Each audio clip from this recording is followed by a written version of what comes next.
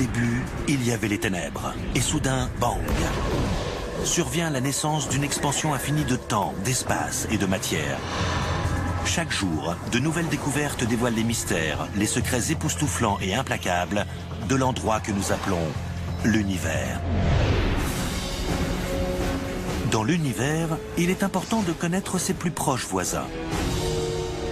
Mais que connaissons-nous vraiment de notre coin de la galaxie? Au cours des dernières années, les scientifiques ont percé des secrets incroyables, juste à côté de chez nous. Nous découvrons de nouvelles lunes, de nouvelles planètes et de nouveaux mystères. C'est comme si vous découvriez dans votre rue une maison que vous n'aviez jamais vue. Nous faisons la connaissance de nouveaux voisins qui ne font que passer. Il existe des planètes qui errent dans la galaxie sans domicile fixe. Nous retrouvons d'anciens amis dont les jours sont comptés. Betelgeuse se transforme peut-être en supernova aujourd'hui même. Partons donc faire un tour dans notre coin de l'univers que nous commençons tout juste à connaître. Voyons où se place la Terre dans la Voie lactée.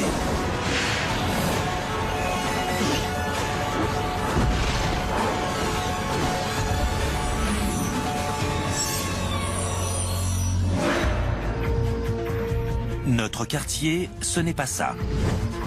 Ça non plus. Ni ça. Ce n'est même pas ça. Et toujours pas ça.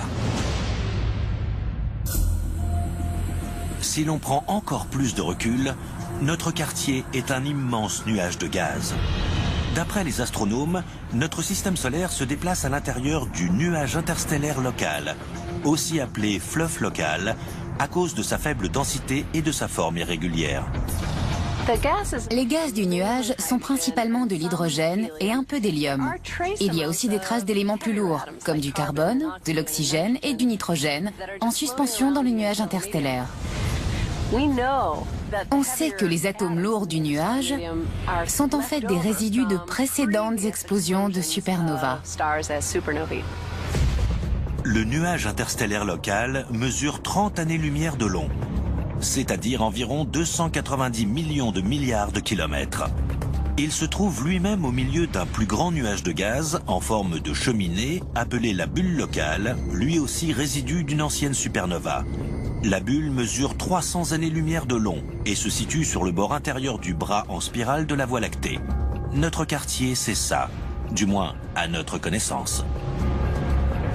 Notre position exacte dans la Voie lactée par rapport à ces bras, on ne la connaît pas. On ne connaît pas dans les détails la structure de notre galaxie. Certains pensent qu'elle a 2 bras principaux, d'autres disent qu'elle en a 4.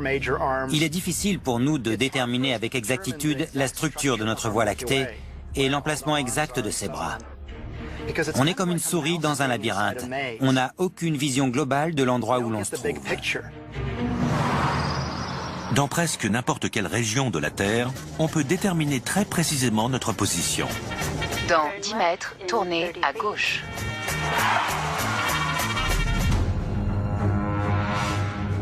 Mais quand on a affaire à un environnement aussi vaste que la Voie lactée, aucun GPS ne peut nous aider. Vous savez, notre galaxie a un diamètre de 100 000 années-lumière. Même dans l'exploration de notre environnement proche, il reste une grande part d'incertitude.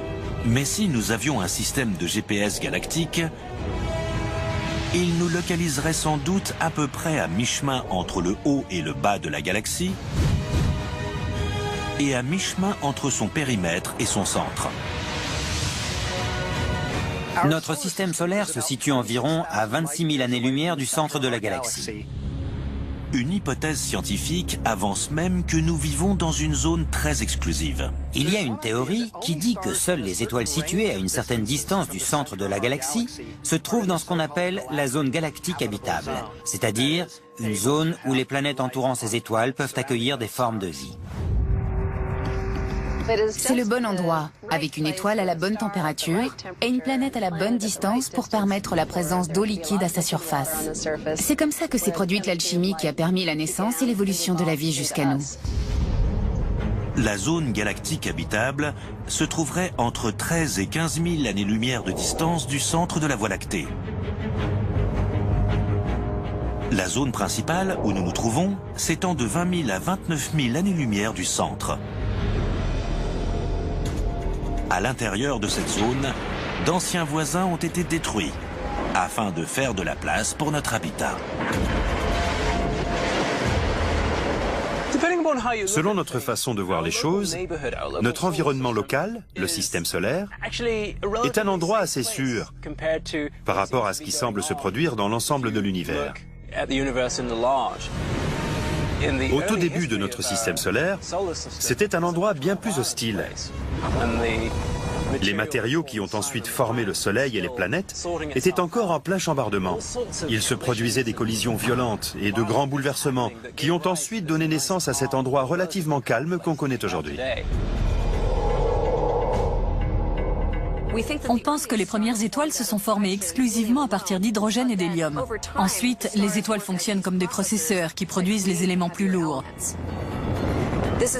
C'est important parce que quand ces étoiles finissent par mourir et exploser, ces supernovas, sortes de champs du cygne stellaire, sèment des éléments lourds à travers la galaxie. Par exemple, le carbone de nos cellules, l'oxygène que l'on respire, le calcium de nos os, le fer de nos globules. Tous ces éléments sont des éléments lourds. On sait que le Soleil est au moins une étoile de seconde ou de troisième génération, parce qu'il est entouré de planètes, de corps composés de fer, de carbone et d'autres éléments lourds. Mais les processus à l'origine de la vie sur Terre ne semblent pas se produire à l'extérieur de la zone. Plus près du bord de la galaxie, les supernovas massives et donc les éléments lourds sont plus rares. Plus loin dans la galaxie, on n'a pas autant d'atomes comme le carbone, le nitrogène ou l'oxygène, ces atomes essentiels à la formation de la vie. La zone habitable de la galaxie s'arrête donc à la distance au-delà de laquelle on n'a pas ces atomes lourds pour créer la vie. Si la partie externe de la galaxie ne constitue pas un environnement très hospitalier, c'est encore pire dans sa partie interne. La force de gravité d'énormes planètes gazeuses risquerait de nous réduire en miettes. Les sources de danger se multiplient à l'approche du cœur de la galaxie. À l'époque de Copernic, on pensait être au centre de l'univers. Même quand on a commencé à mieux connaître le ciel, on pensait encore être au centre de la galaxie. Mais maintenant qu'on en sait plus, on sait que c'est plutôt une bonne chose de ne pas se trouver au centre de la galaxie. Au centre de la Voie lactée se produit une grande aspiration de matière et même de lumière. C'est Sagittarius A, un trou noir de près de 23 millions de kilomètres de diamètre et 3,7 millions de fois la masse du Soleil. Si le centre de la galaxie comporte un trou noir, ce dernier émet beaucoup de radiation, suffisamment en tout cas pour éliminer la vie telle qu'on la connaît. Donc il ne faut pas se trouver trop près. Il y a d'autres régions de la galaxie qui ne sont pas non plus très hospitalières pour la naissance de la vie, à cause des radiations émises par des étoiles de type O, extrêmement chaudes. Les étoiles de type O sont des géantes. Elles sont plus chaudes que le Soleil, 10 à 50 fois plus massives, et émettent des quantités titanesques de rayons ultraviolets. Près de ces étoiles, le risque n'est pas le coup de soleil, mais l'extinction totale. Il n'est sans doute pas facile de survivre dans un environnement proche de nombreuses étoiles de type O. Les géantes de type O peuvent détruire des planètes avant même leur apparition. Les radiations émises par ces étoiles sont tellement fortes qu'elles balaient complètement toute matière à l'intérieur de ces systèmes planétaires en formation et éjectent tout ce qui pourrait s'installer dans l'orbite de ces étoiles. Pour preuve, observons la nébuleuse de la Rosette.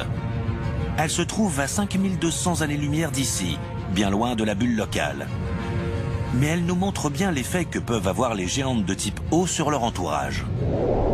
En 2008, une étude menée par l'Université de l'Arizona a découvert que dans la nébuleuse, 1 millier d'étoiles ont été calcinées les unes après les autres à cause de la trop grande proximité d'une géante bleue. À quelle distance faut-il se trouver pour être à l'abri des radiations d'une géante de type O? Si vous voulez mon avis, on n'est jamais trop loin d'une géante.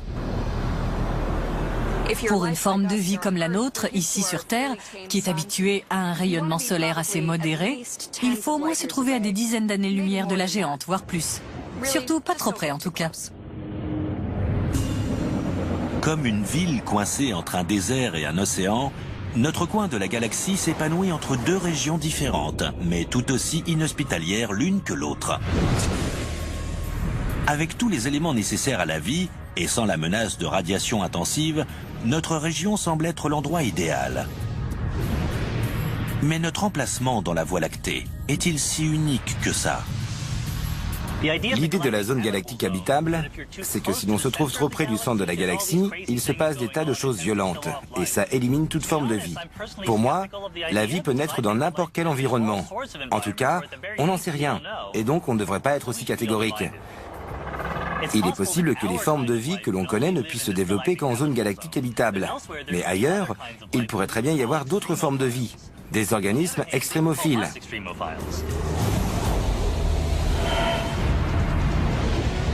Une chose est sûre. Dans notre environnement, nous avons un soleil qui, contrairement à une géante bleue, nous protège du danger et de la destruction par des moyens que nous n'avons pas encore complètement élucidés. Cette action protectrice est peut-être invisible, mais sans la protection du soleil, notre environnement risquerait de disparaître.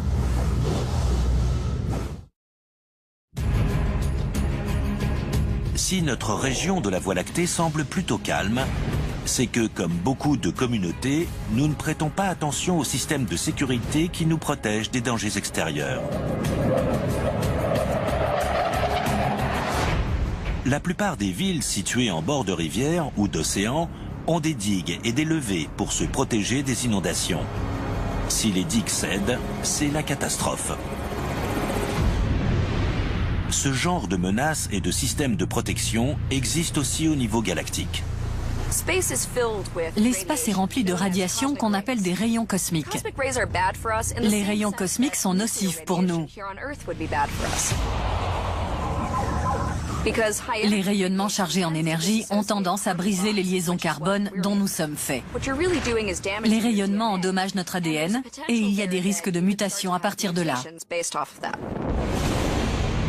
Certaines de ces mutations peuvent participer à la survie d'une espèce et d'autres causer des extinctions. Rien ne prouve que le rayonnement cosmique a eu un impact négatif sur la Terre dans le passé. Mais ce n'est pas à prendre à la légère. Notre première défense contre le rayonnement cosmique, c'est le magnétisme. Dans notre région de la galaxie, nous avons cette zone de protection. Évidemment, la Terre a un champ magnétique, produit par le déplacement des éléments à l'intérieur du noyau terrestre. Le Soleil aussi a un puissant champ magnétique, ainsi que des vents solaires. Ces phénomènes engendrent des moyens de protection contre des éléments issus de l'extérieur du système solaire. Le champ magnétique du Soleil est perturbé par les vents solaires, des courants de protons chargés et d'électrons éjectés du Soleil à plus d'1 million de kilomètres par heure. Les particules qui vivent à l'intérieur du système solaire entre les planètes étirent les limites du champ magnétique qui entoure le Soleil et forment des motifs complexes. Les vents solaires étirent le champ magnétique 3 fois plus loin que l'orbite de Neptune. Mais 14 milliards de kilomètres plus loin, dans un lieu appelé héliopause, les vents solaires s'affaiblissent et ralentissent jusqu'à tomber presque complètement. En ralentissant, ils déforment le champ magnétique qui constitue alors une barrière contre le rayonnement cosmique issu de l'espace interstellaire. C'est ce qu'on appelle l'héliogène. Sans l'héliogène, ces rayons cosmiques se déverseraient en permanence dans le système solaire.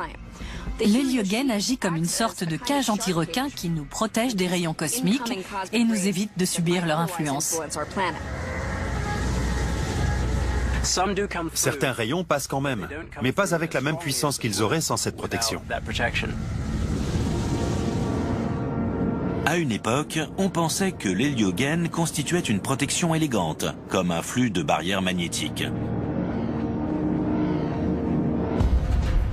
Mais en 1977, on envoie les sondes Voyager 1 et 2 Au début du XXIe siècle, ces engins datant de l'époque disco nous renvoient des informations indiquant que les lignes du champ magnétique solaire ne se déplacent pas de façon lisse et régulière. Au contraire, elles se brisent et se reforment en une sorte de mousse magnétique dont chaque petite bulle a un diamètre de 160 millions de kilomètres. On pensait qu'il s'agissait d'une barrière jolie et bien lisse, alors qu'en fait il s'agit d'une zone de chaos, pleine de bulles et de formes différentes. Je crois qu'il y a toujours des gens pour croire que l'univers est un lieu plus élégant qu'il ne l'est en réalité, et d'autres pour penser qu'il est plus violent qu'il ne l'est. Dans la réalité, l'univers comporte certains côtés très élégants et d'autres très chaotiques. Où sont les régions bien lisses de notre environnement galactique? Et où sont les zones plus violentes? C'est souvent difficile à déterminer à cause des gaz et des poussières présents dans le cosmos. C'est un peu comme d'observer Hollywood derrière moi. Il y a même un bâtiment connu, mais on le distingue à peine. Et même plus loin, les collines sont encore plus floues. C'est à cause de tous les éléments présents dans l'air qui bloquent la vue. Et puis la colline elle-même m'empêche de voir ce qu'il y a derrière. C'est un peu ce qui se passe dans l'espace quand la poussière forme des nuages moléculaires très denses. Quand on se retrouve face à un nuage de cette sorte, on ne voit plus rien. Dans l'exploration de notre environnement galactique, ce qu'on voit dépend de notre façon d'observer les choses. L'une des choses que l'on a apprises au fil des années d'observation spatiale, c'est qu'à chaque fois qu'on regarde d'une façon différente, on voit de nouvelles choses. Et souvent, pour regarder d'une nouvelle façon, il suffit de regarder dans une partie différente du spectre électromagnétique. Quand on lève les yeux vers le ciel, avec ou sans télescope, dans la partie visible du spectre, on voit le ciel nocturne. Et c'est déjà beaucoup, mais ce n'est qu'une minuscule fraction de tout ce qu'il y a là-haut. Certains télescopes spatiaux peuvent voir à travers la poussière cosmique, grâce à la vision infrarouge, semblable à celle que proposent les caméras infrarouges vendues dans le commerce. J'ai ici un sac plastique. Quand je mets ma main à l'intérieur, vous ne voyez pas combien de doigts je vous présente. Avec une caméra infrarouge, on voit la chaleur qu'émet mon corps. Donc mon visage qui est chaud apparaît en rouge et blanc. Mais mes cheveux qui sont froids apparaissent en bleu. Donc, grâce à la caméra infrarouge, vous devriez voir combien de doigts je vous présente malgré le sac en plastique. C'est comme ça que les astronomes arrivent à voir à travers les poussières cosmiques quand ils veulent observer des objets dissimulés. Par exemple, des étoiles en train de naître sont très chaudes, mais elles sont dissimulées par des résidus et des poussières. Grâce à l'infrarouge, on peut quand même les observer. Certains objets sont soit transparents, soit opaques, selon la fréquence de la lumière qui tente de les traverser. Donc, par exemple, quelque chose qui pourrait nous empêcher de voir avec un télescope, comme de grandes quantités de poussière ou de gaz interstellaires, sera totalement invisible dans une autre portion du spectre. Et on verra ce qui se trouve derrière. Grâce à l'infrarouge et à de nombreuses autres longueurs d'onde à notre disposition, nous avons découvert des voisins dont nous ne soupçonnions même pas l'existence. Il existe tout un éventail d'instruments qui nous permettent d'exploiter cette règle, qui dit qu'en observant dans une portion particulière du spectre, on voit le ciel d'une façon particulière. D'après nos observations, il semblerait que certains de nos vieux voisins auraient aidé à la formation de la vie sur Terre, tandis que d'autres voisins plus récents pourraient bien avoir l'intention de nous éliminer.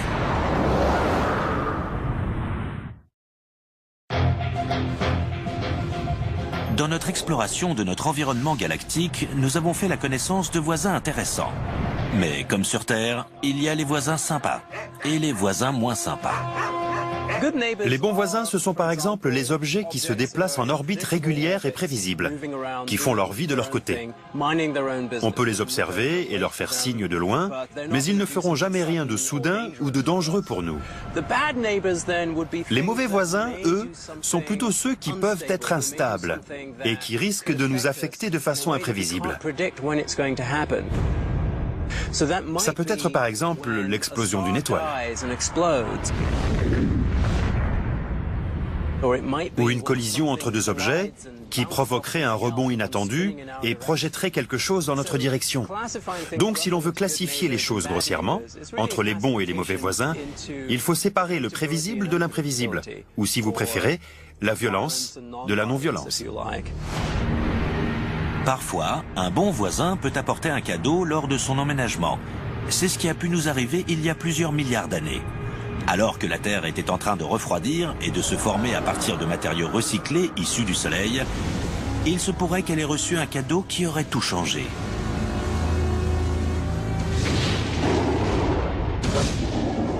À ses débuts, la Terre était très chaude, et toute l'eau qui aurait pu être présente au départ s'était sans doute évaporée.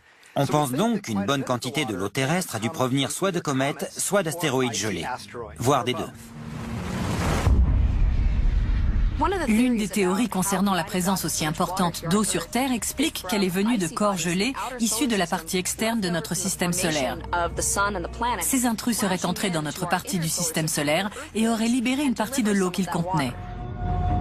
D'après une théorie récente, il y a environ 4 milliards d'années, la gravité de géantes gazeuses comme Jupiter aurait envoyé des astéroïdes gelés s'écraser sur Mars, sur la Terre et sur Vénus. Mais il n'y a que sur Terre que la glace aurait pénétré à l'intérieur du manteau. L'eau aurait fragilisé la Terre et ainsi initié le phénomène titanesque de la tectonique des plaques qui mènera à l'apparition des continents et des océans.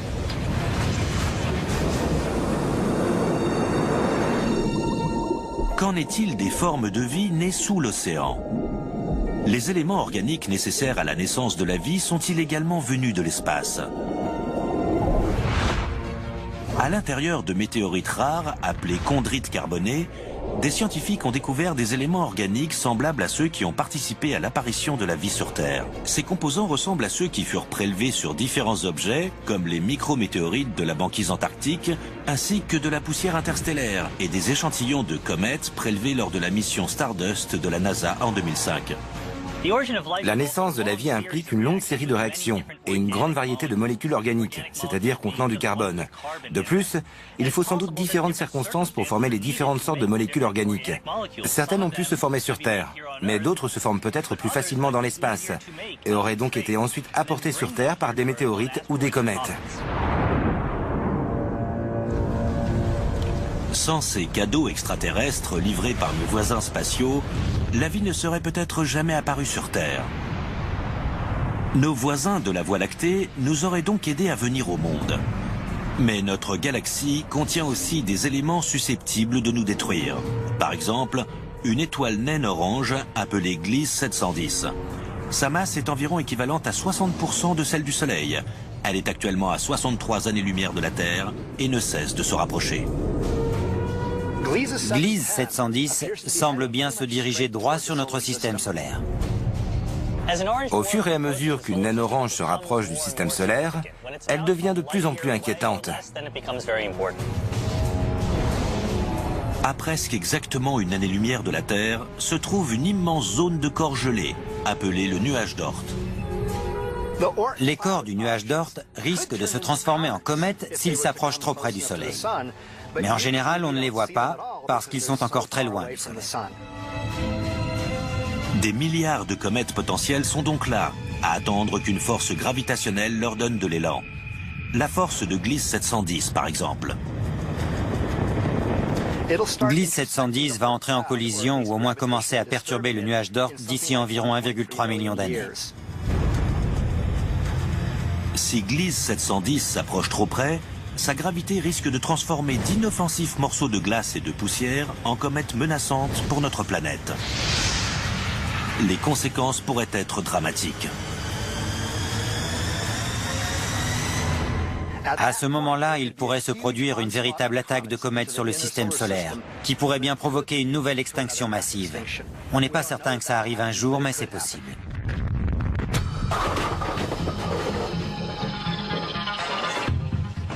D'après les astronomes, il y a 86% de chances pour que Gliese 710 traverse le nuage d'Oort.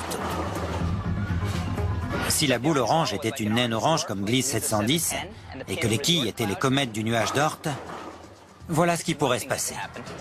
C'est vrai, mais voici un autre déroulement possible. Il y a 14% de chances pour que Gliese 710 passe à côté du nuage d'Oort, sans y pénétrer. Mais même sans collision directe, l'influence de la gravité de l'étoile risquerait de perturber au moins quelques comètes et de les éjecter dans notre direction. L'étoile pourrait se contenter de n'envoyer que quelques comètes vers le système solaire. Mais il en suffit d'une qui touche la Terre pour provoquer une catastrophe. Mais Gliese 710 n'est pas la seule menace. Il existe plus de 150 étoiles assez proches de nous pour représenter une menace pour nous dans les 2 prochains millions d'années. Les étoiles de notre Voie lactée sont toutes reliées entre elles par la gravité. Donc, elles se déplacent dans différentes directions, tout en tournant autour du centre de la galaxie. Mais les orbites sont toutes légèrement différentes. De notre point de vue, cela signifie que chaque étoile s'éloigne ou se rapproche de nous. D'après les estimations de la NASA, il y a plus de 20 000 astéroïdes proches de la Terre qui mesuraient plus de 100 mètres de diamètre, comme 2005 YU55, qui en novembre 2011 est passé près de la Terre, plus près même que la Lune. Il pourrait repasser encore plus près dans 200 ans. Quel effet cela ferait-il d'entrer en collision avec un astéroïde comme celui-là? Rappelez-vous Nagasaki à la fin de la Seconde Guerre mondiale et multipliez les dégâts par 4. En explorant notre région de la Voie lactée à la recherche de voisins plus ou moins bienveillants, nous avons découvert des choses inattendues. Nous avons désormais la preuve de l'existence d'étoiles si froides qu'on peut les toucher et de planètes semblant tout droit sorties de films de science-fiction. L'exploration de notre région de la galaxie a révélé de nombreuses surprises. C'est comme si vous découvriez dans votre rue une maison que vous n'aviez jamais vue alors qu'elle se trouve juste en face de chez vous. Prenons par exemple Alpha Centauri, l'étoile la plus lumineuse de la constellation du Centaure et l'étoile la plus proche de nous après le Soleil, à 4,3 années-lumière ou 40 millions de milliards de kilomètres. Au XVIIe siècle, les astronomes découvrent qu'Alpha Centauri est en fait un groupe de 2 étoiles. Puis, au XXe siècle, on découvre qu'il n'y en a non pas 2, mais 3. Alpha Centauri A est une étoile très semblable au Soleil. Elle a presque exactement la même masse que lui. Alpha Centauri B est un peu plus petite. La 3e étoile, Proxima Centauri, est une étoile de type M. C'est une étoile de masse très faible qui fait peut-être 12% de celle du Soleil. Elle est si discrète qu'on ne la voit pas à l'œil nu. Il se trouve qu'Alpha Centauri n'est pas la seule étoile voisine connue qui constitue en fait un système multiple. Sirius, à 8,6 années-lumière de chez nous, et considérée depuis des millénaires comme l'étoile la plus lumineuse du ciel, est en fait une étoile binaire. La plupart des étoiles sont plus petites et moins massives que notre Soleil, et la plupart fonctionnent en système binaire. Par ces 2 aspects, notre Soleil est assez exceptionnel. La plupart des étoiles sont des naines rouges ou des naines brunes. 70% des étoiles sont des naines rouges, non seulement dans notre galaxie, mais dans tout l'univers. Donc même si nous vivons en orbite autour de notre Soleil et que l'on a tendance à le voir comme un modèle d'étoile, en fait, les naines rouges sont bien plus répandues. Pour ce qui est des naines brunes, ce n'est que dans les années 90 que l'on a découvert leur existence avec certitude. Ce ne sont pas tout à fait des étoiles, mais pas des planètes non plus. D'ailleurs, elles ne sont pas vraiment brunes non plus. Les naines brunes font partie des habitants les plus mystérieux de notre région. Elles sont extrêmement froides et très sombres. Cela signifie qu'elles n'émettent pas beaucoup de lumière et sont donc très difficiles à voir. En 2011, l'un des télescopes spatiaux de la NASA, WISE, l'explorateur pour l'étude grand angle dans l'infrarouge, a découvert une série de naines brunes juste à côté de chez nous, entre 9 et 40 années-lumière. Avant cette découverte, la température à la surface de ces naines brunes aurait semblé inimaginable. L'une des naines brunes que l'on a découverte est tellement froide que l'on pourrait poser les mains dessus. Elle ne fait que 26 degrés, c'est la température qu'il fait sur Terre lors d'une belle journée d'été. Qui sait ce qu'on peut encore découvrir? Plus on cherche, plus on trouve. Pourquoi existe-t-il autant d'étoiles de couleurs différentes? C'est ce que nous a demandé Anne Naka de Bâton Rouge en Louisiane. Anna, cette question est très intéressante. En gros, les étoiles ont toute une couleur différente puisque celles-ci dépendent de la température de leur surface. Les étoiles froides, comme Betelgeuse, nous apparaissent en rouge pour des températures d'environ 3000 degrés. Les étoiles les plus chaudes apparaissent dans des tons bleus, car elles font plus de 11 000 degrés. Et puis, il y a des étoiles comme le Soleil, avec des températures de 5000 à 6000 degrés, qui apparaissent blanches. On voit peut-être le Soleil plutôt jaune lorsqu'il se couche, mais c'est dû à notre atmosphère. En réalité, il est blanc. Mais les étoiles ne sont pas nos seules voisines. On a également découvert des centaines de planètes, que ce soit à l'intérieur ou à l'extérieur de la bulle locale. Nous avons découvert de nombreuses exoplanètes grâce à une mission du nom de Kepler, qui s'est attachée à observer les petites éclipses produites par une planète lorsqu'elle passe devant son étoile. On voit la lumière de l'étoile baisser imperceptiblement, puis revenir. C'est très difficile à voir. C'est un peu comme si vous observiez la baisse d'intensité d'une seule ampoule sur l'avenue principale de Las Vegas. Kepler est capable de prendre ces mesures avec tellement de précision qu'il peut détecter des planètes pas plus grosses que notre Terre en orbite autour d'étoiles comme le Soleil. La découverte de la première exoplanète ne date que d'une quinzaine d'années. C'est un peu comme si l'on avait été la seule maison du quartier, puis qu'on avait vu nos premiers voisins construire leur maison. Et maintenant, il y a tout un lotissement et de toutes nouvelles communautés d'exoplanètes se sont construites. À notre connaissance, notre plus proche voisine en dehors du système solaire est juste au coin de la rue, à 10,5 années-lumière de chez nous, en orbite autour de l'étoile orange Epsilon Eridani. Ce n'est pas le genre de planète que l'on partirait explorer à la recherche de formes de vie. On pense que cette planète est plutôt semblable à Jupiter dans notre système solaire, c'est-à-dire une grosse boule de gaz pas très hospitalière à la vie telle qu'on l'entend sur Terre. Un peu plus loin, à 200 années-lumière, se trouve une autre surprise. Une planète qui semble tout droit sortie de l'univers de Star Wars. Très récemment, le télescope de Kepler a découvert une planète en orbite autour de 2 soleils. Cette planète s'appelle Kepler 16b. Même si elle ressemble fortement à Tatooine dans Star Wars, elle n'est pas exactement semblable à la planète d'origine de Luke Skywalker. C'est en fait une planète pleine de glace et de gaz, plus semblable à Saturne qu'à la Terre. Avant cette découverte, on n'était pas certain qu'une planète puisse tourner en orbite autour de 2 soleils. Maintenant, on sait que c'est possible et c'est très intéressant parce que cela nous prouve que ces systèmes binaires sont des endroits propices pour la recherche de planètes. En 2011, les astronomes ont découvert un nouveau type d'étoile dans notre région. Les planètes errantes. Certains éléments indiquent qu'on peut trouver des planètes qui ne sont pas en orbite autour d'une étoile. Au départ, elles l'étaient sans doute, mais d'une façon ou d'une autre, elles ont ensuite été éjectées de leur système solaire. Depuis, elles errent sans but dans la galaxie, sans étoiles. On peut se demander si l'on aura un jour une nouvelle façon de définir ces corps, qui ont été des planètes, mais n'ont désormais plus d'étoiles. Il est tout à fait justifié d'appeler planète ces corps qui errent, puisque le mot grec planeta signifie en errance. Et ces corps sont clairement en errance dans l'espace. Mais ce ne sont pas les seules découvertes sur les voisins de notre système solaire. En 2011, le télescope Hubble a pris les toutes premières photos de la 4e lune de la planète naine Pluton, dont on ne soupçonnait même pas l'existence. Pluton n'est pas si loin que ça, alors pourquoi nous a-t-il fallu aussi longtemps pour découvrir qu'elle a une 4e lune? En fait, c'est parce qu'elle est extrêmement petite, entre 15 et 30 km de diamètre, pas plus. Elle ne renvoie qu'une toute petite quantité de lumière solaire. Cette nouvelle lune est sans doute un monde gelé et sans vie, comme Pluton. Jusque-là, tous nos nouveaux voisins sont donc trop chauds ou trop froids pour permettre à toute forme de vie de se développer. Mais la quête se poursuit. Même si l'on n'a pas encore trouvé, on arrive à un point où notre technologie est à la hauteur de nos besoins. Donc on devrait finir par trouver des planètes semblables à la Terre dans un avenir très proche.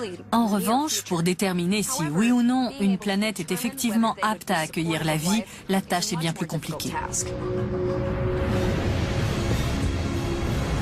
Aucune des exoplanètes découvertes dans notre région de la Voie lactée ne représente de menace pour nous. Mais qu'en est-il des autres étoiles? Certaines pourraient-elles disparaître et nous entraîner avec elles?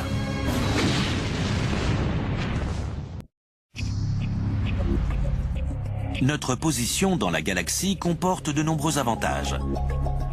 Nous sommes exactement dans la zone propice pour la formation de la vie.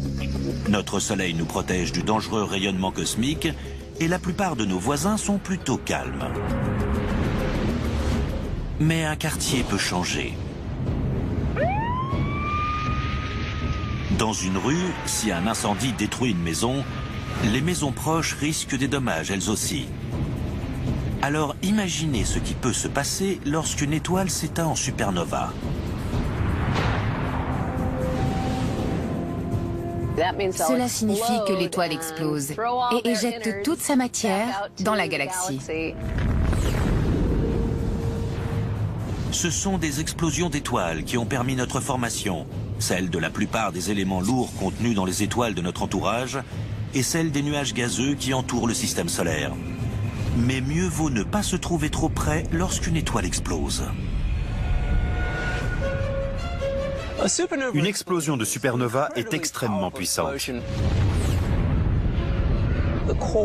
Le noyau de l'étoile s'éjecte, se heurte aux couches extérieures de l'étoile et les projette dans la galaxie. Du coup, la matière de l'étoile est éjectée dans une onde de choc. Et si l'on se trouve trop près, ça peut être dévastateur. Si l'on se trouve environ à 10 années-lumière, les radiations à haute énergie, comme les rayons X et les rayons gamma, risquent de nous faire du mal. Par exemple, ils vont détruire une partie de la couche d'ozone. En atteignant notre atmosphère, les radiations brisent les molécules de nitrogène. Les atomes de nitrogène se combinent avec l'oxygène pour former de l'oxyde nitrique. Cet oxyde nitrique de formule NO brise les molécules d'ozone de formule O3 pour former du dioxyde de nitrogène NO2. Le dioxyde de nitrogène peut ensuite se combiner avec des atomes d'oxygène pour former encore plus d'oxyde nitrique qui va pouvoir briser encore plus d'ozone. Et c'est l'effet boule de neige. En quelques semaines, une grande partie de la couche d'ozone sera détruite. Nous ne serons donc plus à l'abri des rayons ultraviolets du Soleil.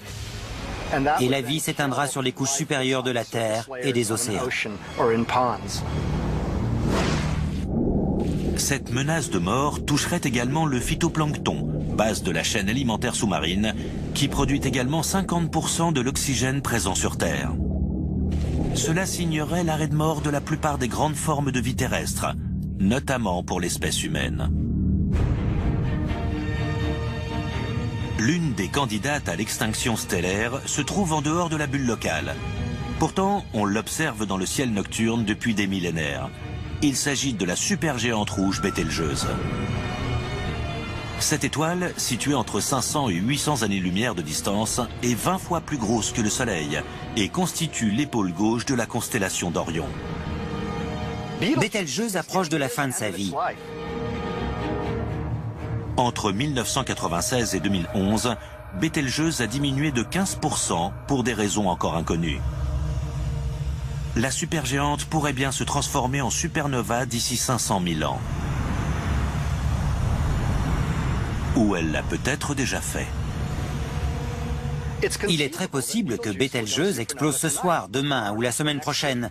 Mais il est plus probable qu'elle produise une supernova d'ici quelques centaines de milliers d'années. Étant donné que Bételgeuse se situe à quelques centaines d'années-lumière de chez nous, il est même possible qu'elle ait déjà explosé et qu'on ne le sache pas encore parce que sa lumière ne nous a pas encore atteints. La bonne nouvelle, c'est que même si l'épaule d'Orion disparaît, Bételgeuse est trop loin pour endommager la Terre.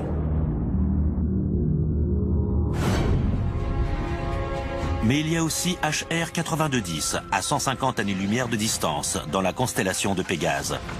Il ne s'agit pas d'une seule étoile, mais deux. Une étoile et une naine blanche, en orbite binaire l'une autour de l'autre. La naine blanche a une masse environ 15% supérieure à celle de notre Soleil. Elle n'est donc pas prête pour la supernova. Pas encore, en tout cas.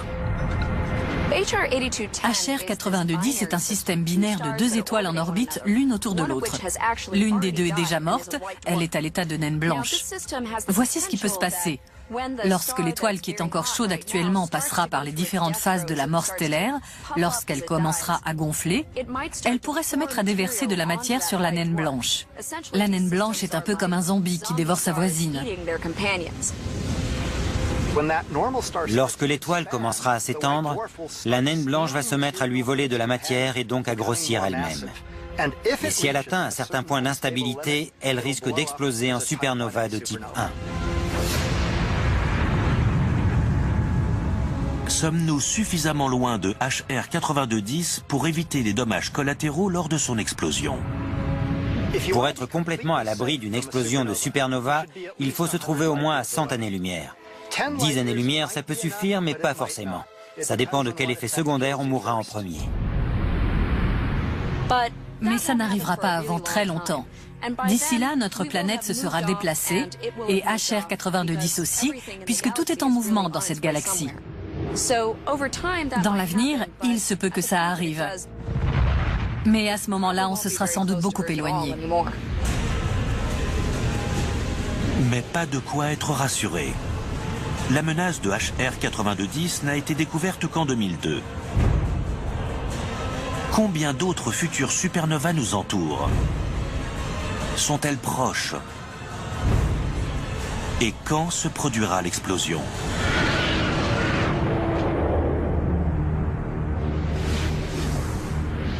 Pour ne rien arranger, certains astronomes affirment que les supernovas vont se multiplier à l'avenir dans notre région du ciel. Notre système solaire est en orbite dans la galaxie, mais pas à la même vitesse que les bras de la Voie lactée. Cela signifie qu'à un moment donné, on va sans doute s'engager dans l'un de ces bras, qui contiennent beaucoup plus de grosses étoiles. Certaines d'entre elles vont arriver en fin de vie, produisant ainsi des supernovas. Et là, ce sera une vraie menace pour la Terre. Mais en attendant, nous sommes en relative sécurité dans notre coin de la galaxie, pour encore au moins quelques millions d'années. Cela nous laisse le temps pour de nombreuses explorations et encore plus de surprises. Nous vivons dans un environnement assez varié. La galaxie n'est pas un espace statique, donc ce sera toujours aussi passionnant, même au bout de plusieurs milliards d'années.